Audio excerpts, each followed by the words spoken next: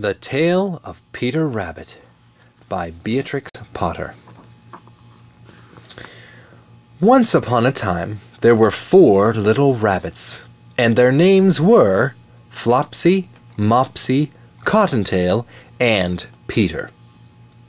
They lived with their mother in a sandbank underneath the root of a very big fir tree.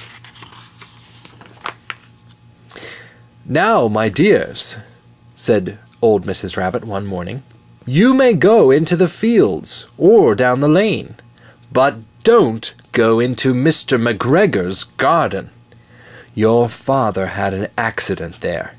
He was put in a pie by Mrs. McGregor. Now run along, and don't get into mischief. I am going out." Then old Mrs. Rabbit took a basket and her umbrella and went through the wood to the baker's. She bought a loaf of brown bread and 5 currant buns. Flopsy, Mopsy, and Cottontail, who were good little bunnies, went down the lane to gather blackberries. But Peter, who was very naughty, ran straight away to Mr. McGregor's garden and squeezed under the gate. First, he ate some lettuces and some French beans, and then he ate some radishes, and then, feeling rather sick, he went to look for some parsley. But round the end of a cucumber frame, whom should he meet but Mr. McGregor? Mr. McGregor was on his hands and knees planting out young cabbages. But he jumped up and ran after Peter, waving a rake and calling out, "Stop, thief!" Peter was most dreadfully frightened. He rushed all over the garden, for he had forgotten the way back to the gate. He lost one of his shoes among the cabbages, and the other shoe amongst the potatoes. After losing them, he ran on 4 legs and went faster, so that I think he might have got away altogether, if he had not unfortunately run into a gooseberry net, and got caught by the large buttons on his jacket. It was a blue jacket, with brass buttons, quite new. Peter gave himself up for lost, and shed big tears. But his sobs were overheard by some friendly sparrows, who flew to him in great excitement, and implored him to exert himself.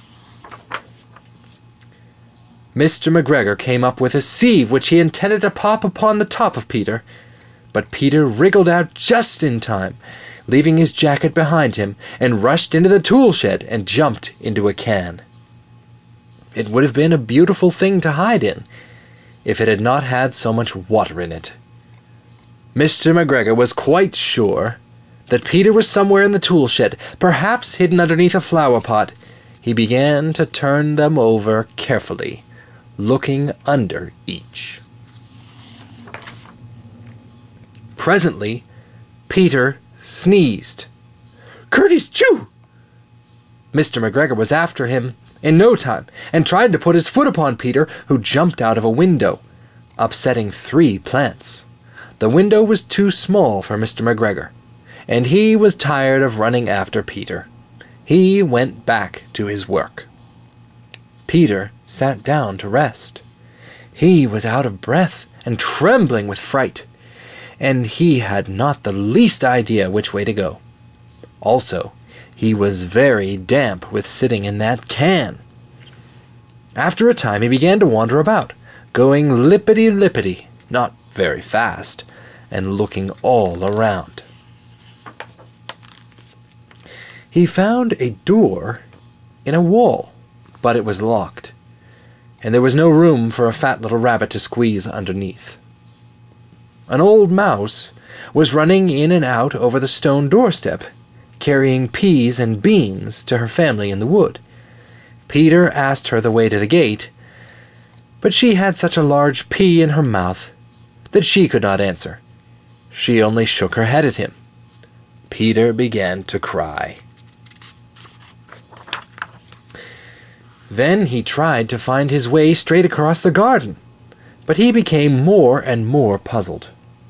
Presently he came to a pond where Mr. McGregor filled his water cans. A white cat was staring at some goldfish. She sat very, very still, but now and then the tip of her tail twitched as if it were alive. Peter thought it best to go away without speaking to her. He had heard about cats from his cousin, little Benjamin Bunny.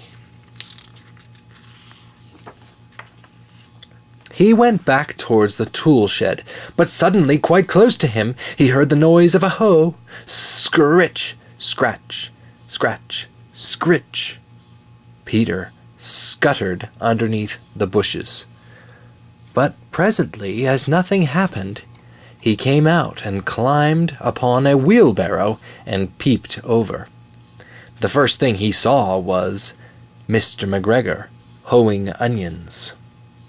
His back was turned towards Peter, and beyond him was the gate.